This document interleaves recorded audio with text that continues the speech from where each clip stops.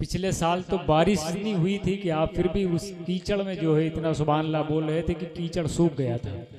اس وقت سوکھا ہوا ہے پھر بھی جو ہے آپ بول نہیں رہے.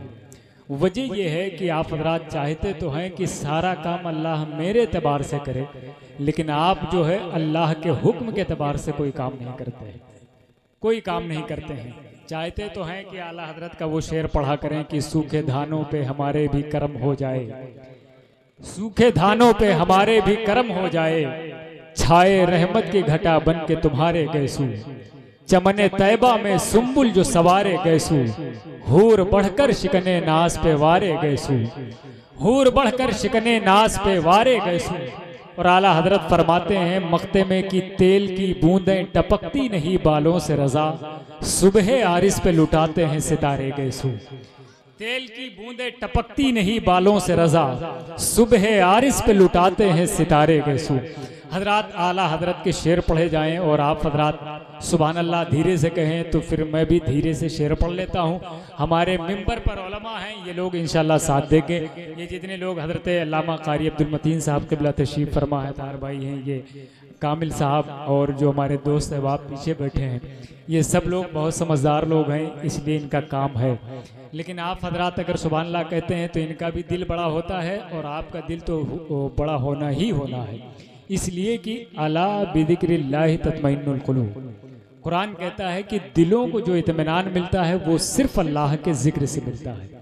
تو سبحان اللہ یہ اللہ کا ذکر ہے، تو یہاں بیٹھ کر کے اطمینان بھی حاصل کرنا ہے تو ذکر الہی سے کرنا ہے، ٹھیک ہے، دنیا کی لطیفے بازی سے نہیں کرنا ہے ہمیں. اعلیٰ حضرت اس حوالے سے شعر فرماتے ہیں، یہ جس حوالے سے یہ مہینہ ہے، عرض کرتے ہیں صبح طیبہ میں ہوئی بڑھتا ہے باڑا نور کا.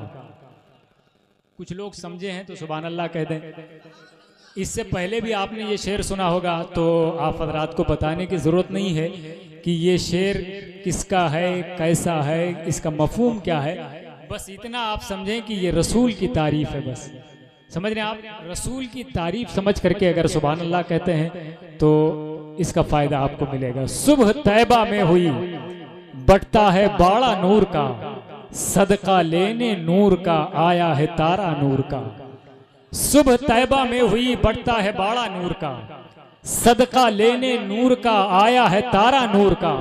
اور اعلیٰ حضرت نے ایک شعر ایسا کہہ دیا کہ آج تک کے شاعر کا قلم ٹوٹا ہوا ہے، اس کے ارد گرد آ نہیں پا رہے ہیں. شعر بہت کہے گئے ہیں شان اہل بیت میں، لیکن اعلیٰ حضرت نے جو ترتیب باندھی ہے ایک انوکھی ترتیب ہے.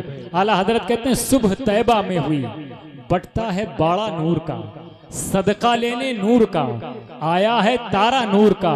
اب شعر کی ترتیب سنیے.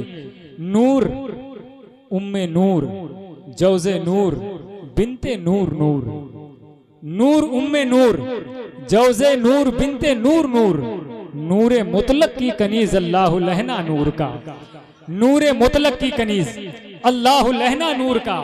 جب یہ بات آپ صحیح نہیں سمجھے تو پھر اعلیٰ حضرت نے آگے کھول کے بیان کر دیا، تیری نسل